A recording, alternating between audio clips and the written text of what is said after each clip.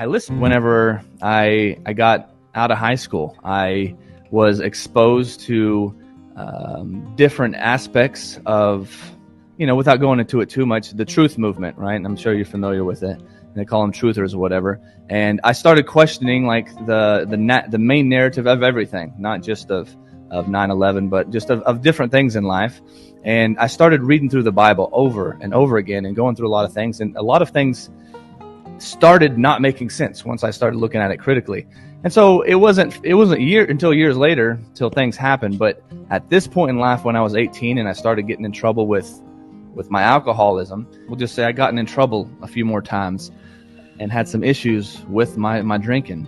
My parents, my dad, I remember one time he came to me, and this was in 2013, and he told me, Brandon, he's like, we love you. You're a great person to be around. We love being around you. But when you drink, he said, you're a miserable person. No one wants to be around you. He said, you're a different person, man. He's like, so, if you're not going to stop, if you can't stop this, then no one wants you around. And something hit me so all the way to my soul. And I'd realized that this was, I couldn't go on anymore if I was going to have meaningful relationships with those who mattered to me. And I got to this point. I was with one of my friends one night, and we were going out and we were talking about, what we're going to do when we're 40. We're like, okay, what are we going to do when we're 40? We're going to save up to where we can have a yacht and we can be going traveling on our yachts around the world. And we're going to start up businesses together besides our, 9 to 5 or 8 to 5 jobs that we had. And I stood there and I told him, I was like, man, we do the same thing every week. We go to work, then we wait for the weekend. We can't wait till the weekend comes. And I come down here to come meet you guys because they lived, 45 minutes to an hour away from me. And I drive out down here with you guys, and then we go drink for 2 nights. I feel really bad about myself. There's no purpose in any of this. It's just day in, day out. There's nothing that I feel fulfilled with. I had this complete emptiness with it. And I told him, I said, there's got to be another way, and I'm going to have to find out what it is. And I promised myself that until the day that I died, I was going to be someone who sought the truth, no matter what, no matter if it changed the way that people looked at me, if I was going to, go against all, whatever, I was going to seek the truth no matter what. And so I kind of made that promise to myself and to God that when I was 18, I said, God, I'm going to seek you in whatever religion that you're in, or if it's and it was pretty soon after this where, one day I'd finally had enough. So I went and opened up my Bible. And it was in the morning. I was sober that morning. I hadn't been drinking or nothing yet. And I opened it up, and it was the part where Jesus, peace be upon him, he prostrated in the garden, where he fell on his face, and he was praying and begging to the Creator, right, to not take this cup from him, and so on and so forth. And I told myself, I said, you know what? Jesus fell. It was like it hit me really clearly. I was like, Jesus, he fell on his face. He prostrated like the Muslims do. And I remembered a couple weeks before, at this point, I'm going to a cowboy church now. So I'm a non-denominational. I'm not going to Methodist church anymore. I'm going to this cowboy church where everyone wears their cowboy hats and everything else. And I listened to the preacher, and he never, because we don't have any Muslims where I'm from. I had never met a single Muslim till this point in my life. And I'm 26 years old or so. And he brings up randomly Muslims one day. And he's like, don't do like them Muslims do, and never humiliate yourself and put your face on the ground. He's like, we're Christians. We get on our knees and we ask God. We don't put our face in the dirt. And that was a couple weeks before. And so that day when I had finally just, gave up, and I was like, you know what, God, I don't know what the truth is. I've been looking in the Hindu scriptures. I've been looking in Christianity throughout all these sects and all this other stuff. I was like, I can't find it. And when I opened up and I saw Jesus prostrating there in the Bible, I said, how dare he say humiliate? Because, even though I don't worship Jesus, he's my, my role model. And he said humiliate. I would understand if he said humble yourself, but he said humiliate. And so I had this like feeling of kind of rebellion, like, not to Jesus or to God, but to the pastor. I said, how dare you? So I was like, you know what? I'm going to do what Jesus did.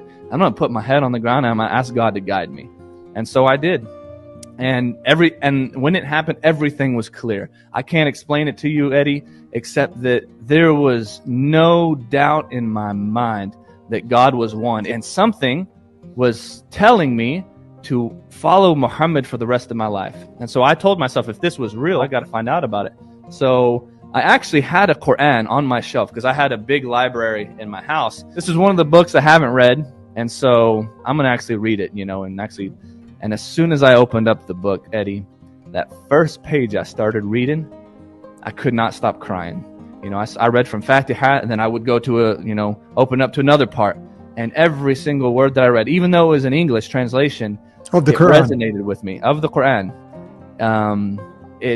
I couldn't stop. It was like a hunger. It was insatiable. I kept reading and reading. Then I would go online and watch YouTube videos like, what is this that I found? I cannot believe this. Who is this Prophet Muhammad sallallahu alaihi wasallam? So I talked to my friend that I knew that was this Palestinian guy. He had actually converted, and it was actually you got to go do this thing called the Shahada, right? The testimony of faith.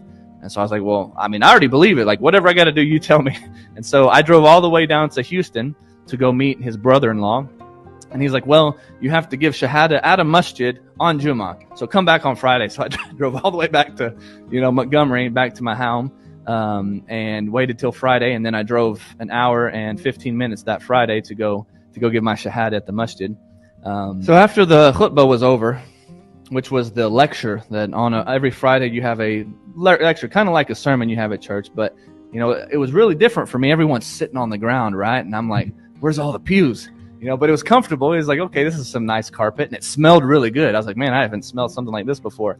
And everyone was like so happy and happy to see me. And after it's over, he calls me up. I'm like, oh my gosh, what's going to happen? Even though I was like, God, whatever you want, I'm going to do it. Who called you? Who called you? Kamal? Sheikh Kamal? Yeah, Kamal. He called me up to the front of the masjid because I was sitting, halfway in, and I stand up, and at this point, I still don't know what I'm supposed to say. No one had prepped me on the Shahada, right? I didn't even know the English part of it. I just knew that I believed in God. I believed Muhammad was his messenger, peace be upon him, right? And God was one, and that Jesus was not God, and all this. And so when he calls me up there, he's like, we're gonna, say it in Arabic and in English. Some people do it English and then Arabic, but as soon as the words left my mouth, Eddie, I don't know how to describe it to you. Everything went white. I had this experience that I was just surrounded with light, and it was washing me from the inside out. And the Prophet Muhammad, he talks to us about how whenever a person accepts Islam, that all of their sins are completely forgiven from what they did before.